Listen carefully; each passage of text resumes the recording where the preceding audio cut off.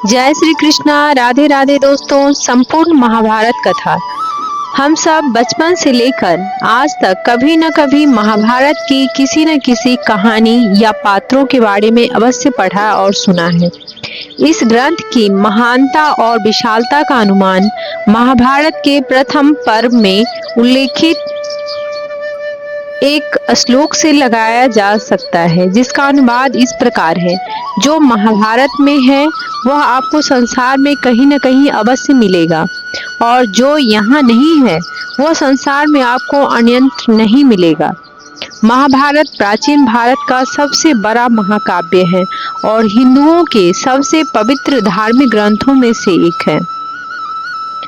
इसमें उस समय का इतिहास लगभग 1,11,000 श्लोकों में लिखा हुआ है। इस वीडियो में हम आपको संक्षिप्त महाभारत की संपूर्ण रहस्य बताएंगे। अगर आपको ये वीडियो पसंद आ रही है तो हम इसका पूरा डिटेल में अपलोड करेंगे वीडियो। महाभारत की पूर्ण कथा का संक्षिप्त इस प्रकार से है। पुराणों के अनुसार ब्रह्मा जी से अत्रि, अत्रि से चंद्रमा, चंद्रमा से बुध और बुध से इलानंदन पूर्वा का जन्म हुआ। पूर्वा से आयु, आयु से राजा नहुष और नहुष से ययाति उत्पन्न हुए तथा ययाति से पुरु हुए। पुरु के वंश में भरत और भरत के कुल में राजा कुरु हुए। कुरु के वंश में शांतनु का जन्म हुआ। शांतनु से गंगा पुत्र भीष्म उत्पन्न हुए। उनके 2 छोटे भाई और भी थे, चित्रगंध और विचित्रवीर। ये शांतनु से सत्यवती के गर्भ से उत्पन्न हुए थे। शांतनु के स्वर्गलोक चले जाने पर भीष्म ने अविवाहित रहकर अपने भाई विचित्रवीर के राज्य का पालन किया। चित्रांगद बाल्य अवस्था में ही चित्रांगद नाम वाले गंधर्व के द्वारा मारे गए। फिर भीष्म संग्राम में विपक्षी को परास्त करके काशीराज की 2 कन्याओं अंबा, अंबिका और अंबालिका को हर लाए। अंबिका और अंबालिका दोनों विचित्रवीर की भाड़िया हुई। कुछ काल के बाद राजा विचित्रवीर यक्षमा से ग्रस्त हो स्वर्गवासी हो गए। तब सत्यवती की अनुमति से व्यास जी के द्वारा अंबिका के गर्भ से धृतराष्ट्र और अंबिका के गर्भ से पांडु उत्पन्न हुए। धृतराष्ट्र ने गंधारी के गर्भ से 100 पुत्र को जन्म दिया, जिसमें दुर्योधन सबसे बड़ा था, और पांडु के युधिष्ठिर, भीम, अर्जुन, नकुल, सहदेव आदि 5 पुत्र हुए। धृतराष्ट्र जन्म से ही अंधे थे, अतः उनकी जगह पर पांडु को राजा बनाया गया। इससे धृतराष्ट्र को सदा अपनी नेत्रहीनता पर क्रोध आता और पांडु से द्वेष भावना होने लगती। पांडु ने संपूर्ण भारतवर्ष को जीतकर कुरु राज्य की सीमाओं का यवनों के देश तक विस्तार कर दिया। एक बार राजा पांडु अपने दोनों पत्नियों कुंती और माद्री के साथ आखेट के लिए वन में गए। वहां उन्हें एक मृग का मैथुन रथ जोड़ा दृष्टिगत हुआ। पांडु ने तत्काल अपने बाण से उस मृग को घायल कर दिया। मरते हुए मृग रूपधारी निर्दोष ऋषि ने पांडु को श्राप दिया कि हे राजन, तुम्हारे समान क्रूर पुरुष इस संसार में कोई भी नहीं होगा। तूने मुझे मैथुन के समय बाण मारा है, अतः जब कभी भी तू मैथुन रथ होगा तेरी मृत्यु हो जाएगी। इस शाप से पांडु अत्यंत दुखी हुए और अपनी रानियों से बोले, हे देवियों, अब मैं अपनी समस्त वासनाओं को त्याग करके इस वन में ही रहूंगा। तुम लोग हस्तिनापुर लौट जाओ। उनके वचनों को सुनकर दोनों रानियों ने दुखी होकर कहा, नाथ, हम आपके बिना एक क्षण भी जीवित नहीं रह सकते। आप हमें भी वन में अपने साथ रहने की अनुमति दीजिए। पांडु ने उनके अनुरोध को स्वीकार करके उन्हें वन में अपने साथ रहने की अनुमति दे दी। इसी दौरान राजा पांडु ने अमावस्या के दिन ऋषि मुनियों को ब्रह्मा जी के दर्शन के लिए जाते हुए देखा। उन्होंने उन ऋषि मुनियों से स्वयं को साथ ले जाने का आग्रह किया। उनके इस आग्रह पर ऋषि मुनियों ने कहा, राजन, कोई भी निसंतान पुरुष ब्रह्मलोक जाने का अधिकारी नहीं हो सकता, अतः हम आपको अपने साथ ले जाने में असमर्थ हैं। ऋषि मुनियों की बात सुनकर पांडु अपनी पत्नी से बोले, हे कुंती, मेरा जन्म लेना ही वृथा हो रहा है, क्योंकि संतानहीन व्यक्ति पितृ ऋण, ऋषि ऋण, देव ऋण तथा मनुष्य ऋण से मुक्ति नहीं पा सकता। क्या तुम पुत्र प्राप्ति के लिए मेरी सहायता कर सकती हो? पांडु की बात सुनकर कुंती बोली, हे आर्यपुत्र, दुर्वासा ऋषि ने मुझे ऐसा मंत्र प्रदान किया है जिससे मैं किसी भी देवता का आह्वान करके मनोवांछित फल प्राप्त कर सकती हूँ। आप आज्ञा करें तो मैं किस देवता को बुलाऊं? इस पर पांडु ने धर्म को आमंत्रित करने का आदेश दिया। धर्म ने कुंती को पुत्र प्रदान किया जिसका नाम युधिष्ठिर रखा गया। कालांतर में पांडु ने कुंती को पुनः 2 बार वायुदेव और इंद्रदेव को आमंत्रित करने की आज्ञा दी। वायुदेव से भीम तथा इंद्र से अर्जुन की उत्पत्ति हुई। तत्पश्चात पांडु की आज्ञा से कुंती ने माद्री को उस मंत्र की दीक्षा दी। माद्री ने अश्विनी कुमारों को आमंत्रित किया और नकुल तथा सहदेव का जन्म हुआ। एक दिन राजा पांडु माद्री के साथ वन में सरिता के तट पर भ्रमण कर रहे थे। वातावरण अत्यंत रमणीक था और शीतल मंद सुगंधित वायु चल रही थी। सहसा वायु के झोंके से माद्री का वस्त्र उड़ गया। इससे पांडु का मन चंचल हो उठा और वे मिथुन में प्रवृत्त हुए ही थे कि शापवश उनकी मृत्यु हो गई। माद्री भी उनके साथ सती हो गई, किंतु पुत्रों के पालन पोषण के लिए कुंती हस्तिनापुर लौट आई। वहां रहने वाले ऋषि मुनि पांडवों को राजमहल छोड़कर आ गए। ऋषि मुनि तथा कुंती के कहने पर सभी ने पांडवों को पांडु का पुत्र मान लिया और उनका स्वागत किया। जब कुंती का विवाह नहीं हुआ था, उसी समय सूर्य के अंश से उनके गर्भ से कर्ण का जन्म हुआ था, परंतु लोकलाज के भय से कुंती ने कर्ण को एक बक्से में बंद करके गंगा नदी में बहा दी।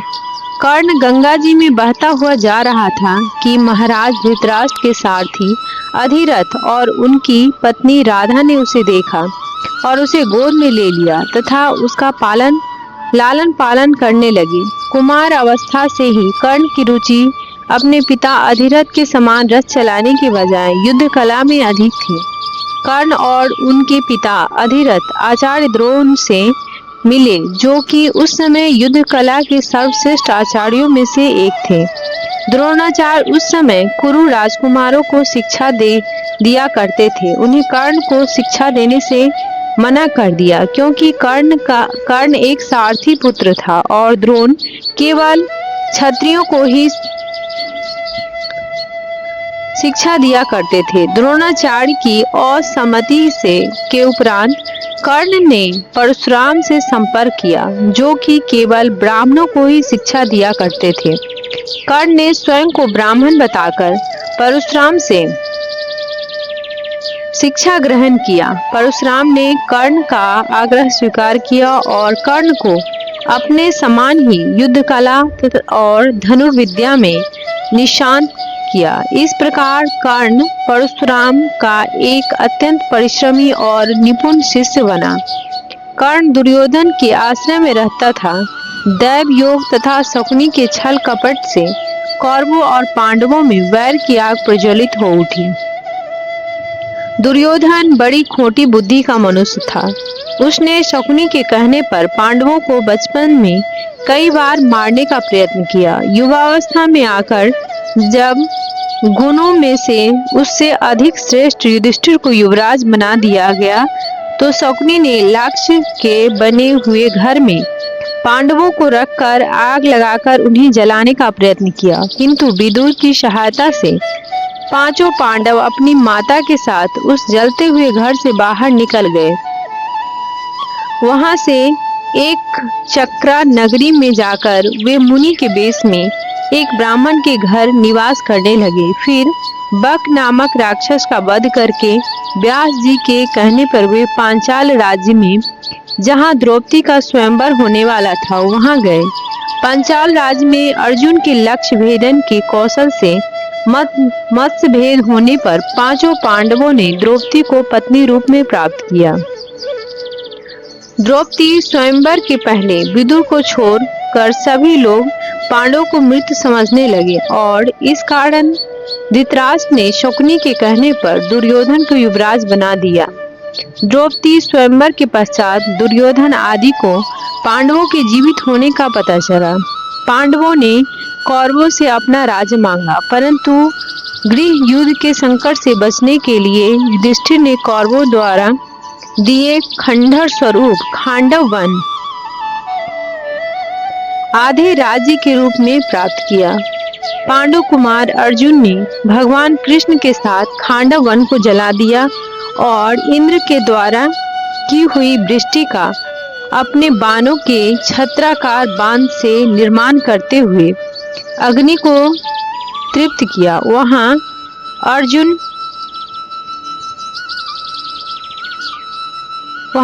और भगवान श्री कृष्ण जी ने समस्त देवताओं को युद्ध में परास्त कर दिया। इसके फलस्वरूप अर्जुन ने अग्निदेव से दिव्य गांडीव, धनुष और उत्तम रथ प्राप्त किया और कृष्ण जी ने सुदर्शन चक्र प्राप्त किया था। उन्हें युद्ध में भगवान कृष्ण जैसे सारथी मिले थे तथा उन्होंने आचार्य द्रोण से ब्रह्मास्त्र आदि दिव्य आयुध और कभी नष्ट न होने वाले बाण प्राप्त किए थे। इंद्र अपने पुत्र अर्जुन की वीरता देखकर अति प्रसन्न हुए। इंद्र के कहने पर देव शिल्पी विश्वकर्मा और मैं दानव ने मिलकर खांडव वन को इंद्रपुरी जितने भव्य नगर में निर्मित कर दिया, जिसे इंद्रप्रस्थ नाम दिया गया। सभी पांडव सब प्रकार की विद्याओं में प्रवीण थे। पांडवों ने संपूर्ण दिशाओं पर विजय पाई और युधिष्ठिर राज करने लगे। उन्होंने प्रचुर स्वर्ण राशि से परिपूर्ण राजसूय यज्ञ का अनुष्ठान किया। उनका यह वैभव दुर्योधन के लिए असहनीय हो उठा। उसने अपने भाई दुशासन और वैभव प्राप्त सुहृदय कर्ण के कहने से शकुनी को साथ ले दूत सभा में जुए में प्रवृत्त होकर युधिष्ठिर को उनके भाइयों द्रौपदी और उनके राज्य को कपट दूत के द्वारा हंसते हंसते जीत लिया। दुर्योधन ने कुरु राज्य सभा में द्रौपदी का बहुत अपमान किया, उन्हें निर्वस्त्र करने का प्रयास किया। भगवान श्री कृष्ण ने उनकी लाज बचाई। तत्पश्चात द्रौपदी सभी लोगों को श्राप देने ही वाली थी, परंतु गांधारी ने आकर ऐसे होने से रोक दिया। साथ ही जुए में परास्त होकर युधिष्ठिर अपने भाइयों के साथ वन में चले गए। वहां उन्होंने अपनी प्रतिज्ञा अनुसार 12 वर्ष व्यतीत किए। वे वन में भी पहले की भांति प्रतिदिन बहुसंख्यक ब्राह्मणों को भोजन कराते थे। एक दिन उन्होंने 88,000 द्विजों सहित ऋषि दुर्वासा को भगवान श्री कृष्ण कृपा से परितृप्त किया। वहां उनके साथ उनकी पत्नी द्रौपदी और पुरोहित धौम्यजी भी थे।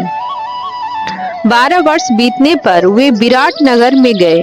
वहां युधिष्ठिर सबसे अपरिचित रहकर कंक नामक ब्राह्मण के रूप में रहने लगे। भीमसेन रसोइया बने थे। अर्जुन ने अपना नाम बृहनलला रखा था।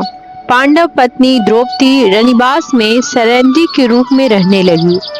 इसी प्रकार नकुल सहदेव ने भी अपने नाम बदल लिए थे। भीमसेन ने रात्रि काल में द्रौपदी का सतीत्व हरण करने की इच्छा रखने वाले कीचक को मार डाला। तत्पश्चात कौरव विराट की गौओं को हरकर ले जाने लगी। तब उन्हें अर्जुन ने परास्त किया। उस समय कौरवों ने पांडवों को पहचान लिया। भगवान श्री कृष्ण की बहन सुभद्रा ने अर्जुन से अभिमन्यु नामक पुत्र को उत्पन्न किया, जिससे राजा विराट ने अपनी कन्या उत्तरा ब्याह दी। धर्मराज युधिष्ठिर 7 अक्षौहिणी सेना के स्वामी होकर कौरवों के साथ युद्ध करने को तैयार हुए। पहले भगवान श्री कृष्ण परम क्रोधी दुर्योधन के पास दूत बनकर गए। उन्होंने 11 अक्षौहिणी सेना के स्वामी राजा दुर्योधन से कहा, राजन तुम युधिष्ठिर को आधा राज दे दो या उन्हें 5 गांव ही अर्पित कर दो, नहीं तो उनके साथ युद्ध करो। भगवान श्री कृष्ण की बात सुनकर दुर्योधन ने कहा, मैं उन्हें सुई की नोक के बराबर भूमि नहीं दूंगा। हाँ, उनसे युद्ध अवश्य करूंगा। ऐसा कहकर वह भगवान श्री कृष्ण को बंदी बनाने के लिए उद्यत हो गया। उस समय राजसभा में भगवान श्री कृष्ण ने अपने विश्व रूप को दर्शन कराकर दुर्योधन को भयभीत कर दिया। फिर विदुर ने अपने घर ले जाकर भगवान का पूजन और सत्कार किया। तदंतर वे युधिष्ठिर के पास लौट गए और बोले, महाराज, आप दुर्योधन के साथ युद्ध कीजिए। युधिष्ठिर और दुर्योधन की सेनाएं कुरुक्षेत्र के मैदान में जा डटी। अपने विपक्ष में पितामह भीष्म तथा आचार्य द्रोण आदि गुरुजनों को देखकर अर्जुन युद्ध से विरत हो गए। तब भगवान श्री कृष्ण ने कहा, हे पार्थ, भीष्म आदि गुरुजन शोक के योग्य नहीं है। मनुष्य का शरीर विनाशशील है, किंतु आत्मा का कभी नाश नहीं होता है। यह आत्मा ही परम ब्रह्म है। मैं ब्रह्म हूँ। इस प्रकार तुम उस आत्मा को समझो। कार्य की सिद्धि और असिद्धि में समान भाव में रहकर कर्मयोग का आश्रय ले क्षत्रिय धर्म का पालन करो। भगवान श्री कृष्ण के ऐसा कहने पर अर्जुन रथारूढ़ हो युद्ध में प्रवृत्त हुए। उन्होंने शंख ध्वनि की। दुर्योधन की सेना में सबसे पहले पितामह भीष्म सेनापति हुए और पांडवों के सेनापति शिखंडी थे। इन दोनों में भारी युद्ध छिड़ गया। भीष्म सहित कौरव पक्ष के योद्धा उस युद्ध में पांडव पक्ष के सैनिकों पर प्रहार करने लगे और शिखंडी आदि पांडव पक्ष के वीर कौरव सैनिकों को अपने बाणों का निशाना बनाने लगे। कौरव और पांडव सेना का वह युद्ध देवासुर संग्राम के समान जान पड़ता था। आकाश में खड़े होकर देखने वाले देवताओं को वह युद्ध बड़ा आनंददायक प्रतीत हो रहा था। भीष्म ने 10 दिनों तक युद्ध करके पांडवों की अधिकांश सेना को अपने बाणों से मार गिराया। 10वें दिन अर्जुन ने वीरवर भीष्म पर बाणों की बड़ी भारी वृष्टि की। उधर द्रुपद की प्रेरणा से शिखंडी ने भी पानी बरसाने वाले मेघ की भांति भीष्म पर बाणों की झड़ी लगा दी। दोनों ओर के हाथी सवार, घुड़सवार, रथी और पैदल एक दूसरे के बाणों से मारे गए। भीष्म की मृत्यु उनकी इच्छा के अधीन थी, क्योंकि उन्हें इच्छा मृत्यु का वरदान प्राप्त था। जब पांडवों को ये समझ में आ गया कि भीष्म के रहते वो इस युद्ध को नहीं जीत सकते, तो श्री कृष्ण के सुझाव पर उन्होंने भीष्म पितामह से ही उनकी मृत्यु का उपाय पूछा। उन्होंने कहा कि जब तक मेरे हाथ में शस्त्र है, तब तक महादेव के अतिरिक्त मुझे कोई नहीं हरा सकता। उन्होंने ही पांडवों को सुझाव दिया कि शिखंडी को सामने करके युद्ध लड़े। वो जानते थे कि शिखंडी पूर्व जन्म में अम्बा थी, इसीलिए वो उसे कन्या ही मानते थे। 10वें दिन के युद्ध में अर्जुन ने शिखंडी को आगे अपने रथ पर बिठाया। शिखंडी को आगे देखकर भीष्म ने अपना धनुष त्याग दिया।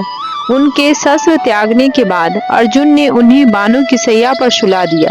वे उत्तरायण की प्रतीक्षा में भगवान विष्णु का ध्यान और स्तवन करते हुए समय व्यतीत करने लगे। भीष्म के बाण सैया पर गिर जाने के बाद जब दुर्योधन शोक से व्याकुल हो उठा, तब आचार्य द्रोण ने सेनापति का भार ग्रहण किया। उधर हर्ष मनाती हुई पांडवों की सेना में धृष्टद्युम्न सेनापति हुए। उन दोनों में बड़ा भयंकर युद्ध हुआ, जो यमलोक की आबादी को बढ़ाने वाला था। विराट और द्रुपद आदि राजा द्रोण रूपी समुद्र में डूब गए। उस समय द्रोण काल के समान जान पड़ते थे। इतने में ही उनके कानों में यह आवाज आई कि अश्वत्थामा मारा गया। इतना सुनते ही आचार्य द्रोण ने अस्त्र शस्त्र त्याग दिए।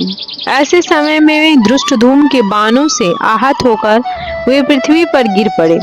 द्रोण बड़े ही दुर्धर्ष थे। वे संपूर्ण क्षत्रियों का विनाश करके 5वें दिन मारे गए। दुर्योधन पुनः शोक से आतुर हो उठा। उस समय कर्ण उनकी सेना का कर्णधार हुआ। पांडव सेना का आधिपत्य अर्जुन को मिला। कर्ण और अर्जुन में भांति भांति के अस्त्र शस्त्रों की मार काट से युक्त महाभयानक युद्ध हुआ। जो देवासुर संग्राम को भी मात करने वाला था। कर्ण और अर्जुन के संग्राम में कर्ण ने अपने बाणों से शत्रु पक्ष के बहुत से वीरों का संहार कर डाला। यद्यपि युद्ध गतिरोध पूर्ण हो रहा था, लेकिन कर्ण तब उलझ गए जब उनके रथ का एक पहिया धरती में धंस गया। कर्ण अपने आप को दैवीय अस्त्रों के प्रयोग में भी असमर्थ पाते हैं, जैसा कि उनके गुरु परशुराम का श्राप था। तब कर्ण अपने रथ के पहियों को निकालने के लिए नीचे उतरते हैं और अर्जुन से निवेदन करते हैं कि वह युद्ध के नियमों का पालन करते हुए कुछ देर के लिए उस पर बाण चलाना बंद कर दें। तब श्री कृष्ण अर्जुन से कहते हैं कि कर्ण को कोई अधिकार नहीं है कि वह अब युद्ध नियमों और धर्म की बात करे, जबकि स्वयं उसने भी अभिमन्यु वध के समय किसी भी युद्ध नियम और धर्म का पालन नहीं किया था। उन्होंने आगे कहा कि तब उसका धर्म कहाँ गया जब उसने दिव्य जन्मा द्रौपदी को पूरी कुरु राजसभा के समक्ष वेश्या कहा था।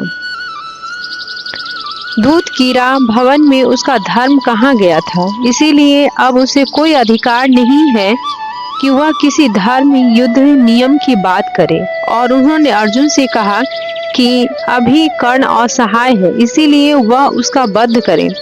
श्री कृष्ण कहते हैं कि यदि अर्जुन ने इस निर्णायक मोड़ पर अभी कर्ण को नहीं मारा तो संभवतः पांडव उसे कभी भी नहीं मार सकेंगे और यह युद्ध कभी भी नहीं जीता जा सकेगा।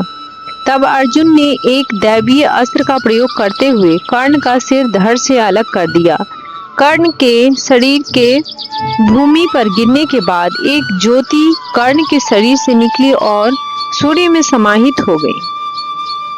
तदंतर राजा शल्य कौरव सेना के सेनापति हुए, किंतु वे युद्ध में आधे दिन तक ही टिक सके। दोपहर होते होते राजा युधिष्ठिर ने उन्हें मार दिया।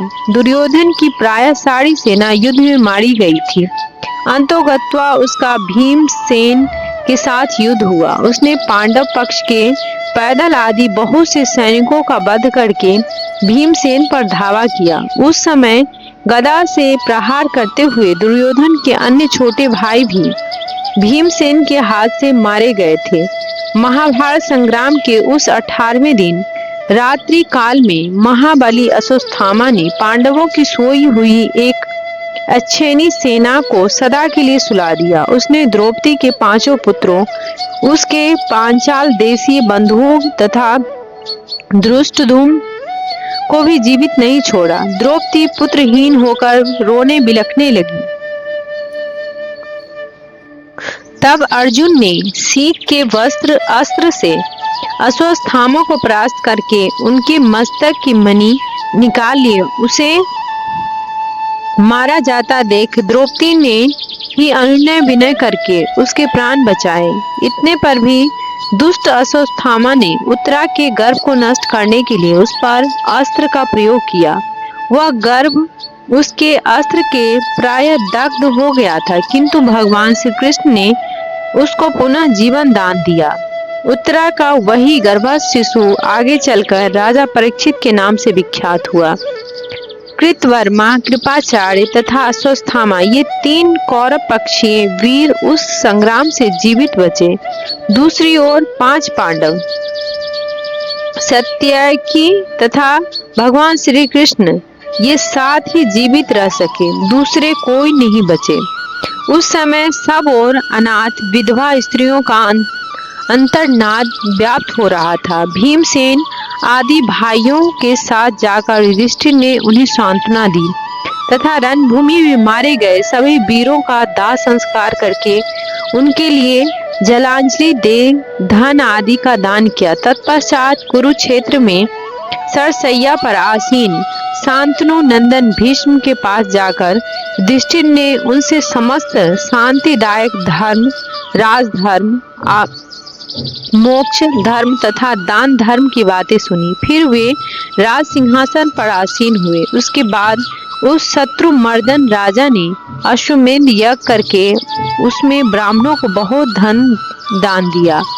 तदंतर द्वारका से लौटते हुए अर्जुन के मुख से मूषल कांड के कारण प्राप्त हुआ शाप से पारस्परिक युद्ध द्वारा यादवों के संहार का समाचार सुनकर युधिष्ठिर ने परीक्षित को राजासन पर बिठाया और स्वयं भाइयों के साथ महाप्रस्थान कर स्वर्ग लोक को चले गए। जब युधिष्ठिर राज सिंहासन पर विराजमान हो गए, तब धृतराष्ट्र गृहस्थ आश्रम से वानप्रस्थ आश्रम में प्रविष्ट हो वन में चले गए तथा ऋषियों के एक आश्रम से दूसरे आश्रम में होते हुए वे वन को गए। उनके साथ देवी गांधारी और कुंती भी थी।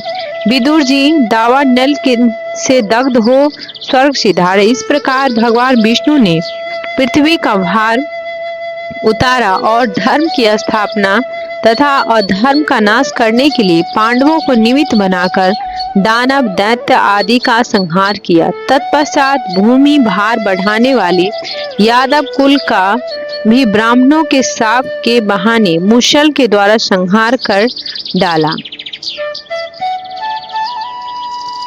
अनिरुद्ध के पुत्र वज्र को राजा के पद पर अभिषिक्त किया। तदंतर देवताओं के अनुरोध से प्रभास क्षेत्र में श्री हरि स्वयं ही स्थूल शरीर की लीला का संवर्णन करके अपने धाम को सिधारे। वे इंद्रलोक और ब्रह्मलोक में स्वर्गवासी देवताओं द्वारा पूजित होते हैं। बलभद्र जी शेषनाग के स्वरूप थे, अतः उन्होंने पाताल रूपी स्वर्ग का आश्रय लिया। अविनाशी भगवान श्री हरि ध्यानी पुरुषों के ध्येय हैं। उनके अंतर्ध्यान हो जाने पर समुद्र ने उनके निजी निवास स्थान को छोड़कर शेष द्वारकापुरी को अपने जल में डुबो दिया। अर्जुन ने मरे हुए यादवों का दाह संस्कार करके उनके लिए जलांजलि दी और धन आदि का दान किया। भगवान श्री कृष्ण की रानियों को जो पहले अप्सराएं थीं और अष्टावक्र के श्राप से मानवीय रूप में प्रकट हुई थी, उन सभी को लेकर हस्तिनापुर को चले।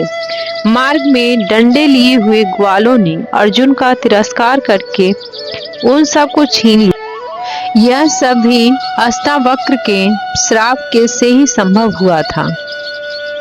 इससे अर्जुन के मन में बड़ा शोक हुआ। फिर महर्षि व्यास के सांत्वना देने पर उन्हें यह निश्चय हुआ कि भगवान श्री कृष्ण के समीप रहने से ही मुझ में बल था।